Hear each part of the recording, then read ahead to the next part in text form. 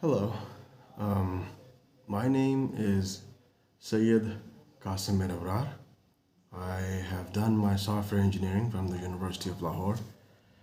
For the past 3 years, I've been working as a software quality assurance engineer, and I believe it or not, I've provided a lot of companies with a lot of interviews, and recently I have come upon some interviews myself, and I wish to express a point today, and the point that I wish to express is how important is communication when it comes to professional life. How important is communication, especially English communication within the bounds of Pakistan?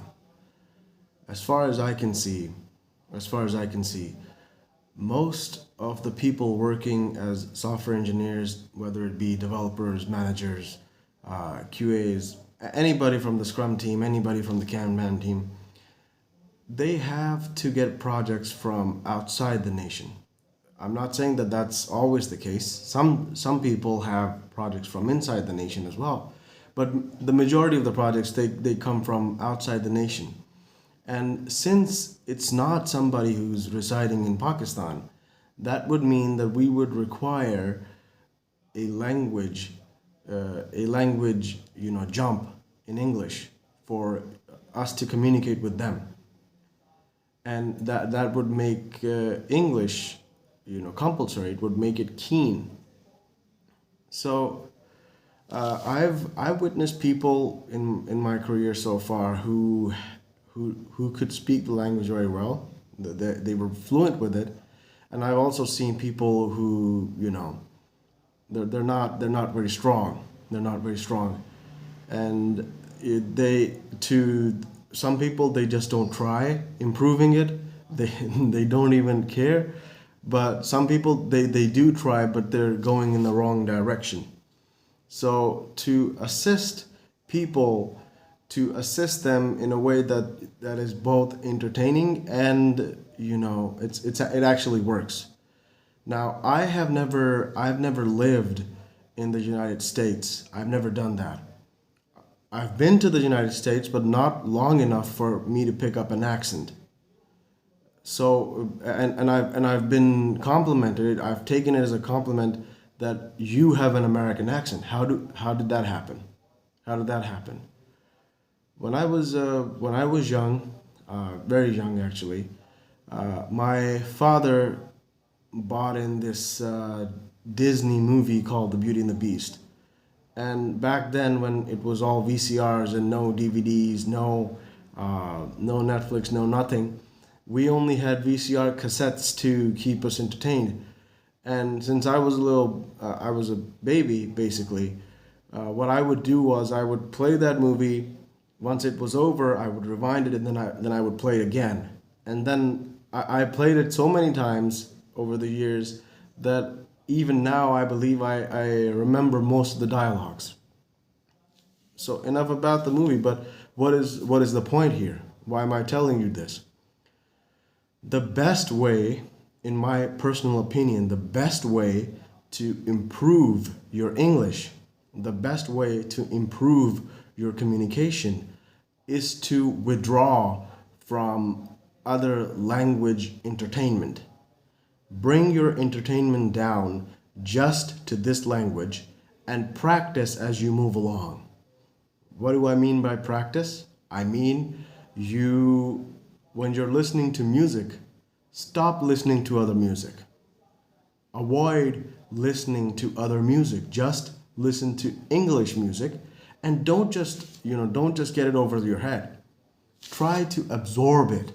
Try to understand what the singer or the words mean. If you grasp what the words mean, eventually what's going to happen is if you grasp one song, two songs, three songs, and you do five of those, maybe 10 of those, you're improving. Plus, similarly, if you're watching something, a lot of people they watch they watch movies in different languages, Punjabi, Urdu, Tamil. I'm not against that. I'm not against that. But if you're trying to improve your English, the best way would be to start with, simple English related shows or movies and concentrate, really concentrate on what they're saying. Don't just gobble it down. Don't just gobble it down. Concentrate on what they're saying and try to repeat some of their dialogues. That's always assisted. And this is there's also this other advice: the music, the movies.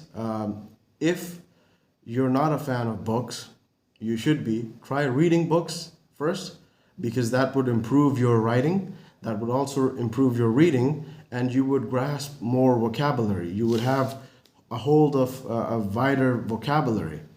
Because when we're writing, if we use the same words over and over again, the focus of the writing, or should I say the juice of the writing, is reduced. A reader is normally not interested if you're repeating the same words over and over again. How do we avoid that? We read books, we read magazines, we read the translation of different books, if that helps. That way we grasp new words. When we do that, we use the dictionary and identify what they mean. For example, I had heard of the word carnage a few years ago, but I did not know what it meant. A few days ago, I was going over this word again, and then I thought, what does carnage mean? And eventually I found out that if there's a mass murder that has occurred, multiple people dying in a place, that's called carnage. So it was an improvement in my language.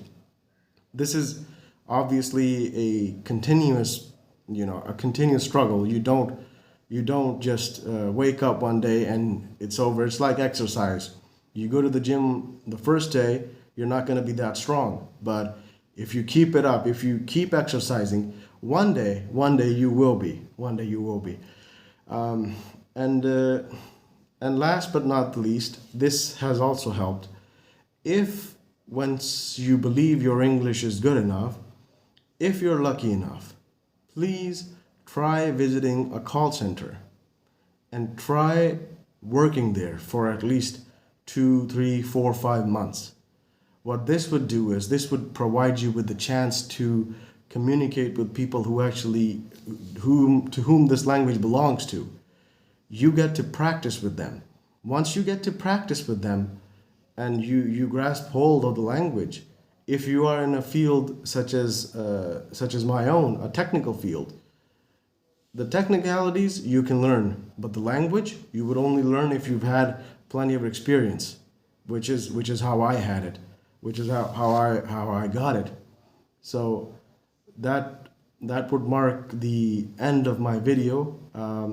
I hope that somebody, some of my viewers actually take this advice. They turn their lives around by listening to English entertainment, by watching English entertainment, by reading English entertainment, and by communicating in this language. And hopefully, I wish you the best of luck for your future and your career. Thank you.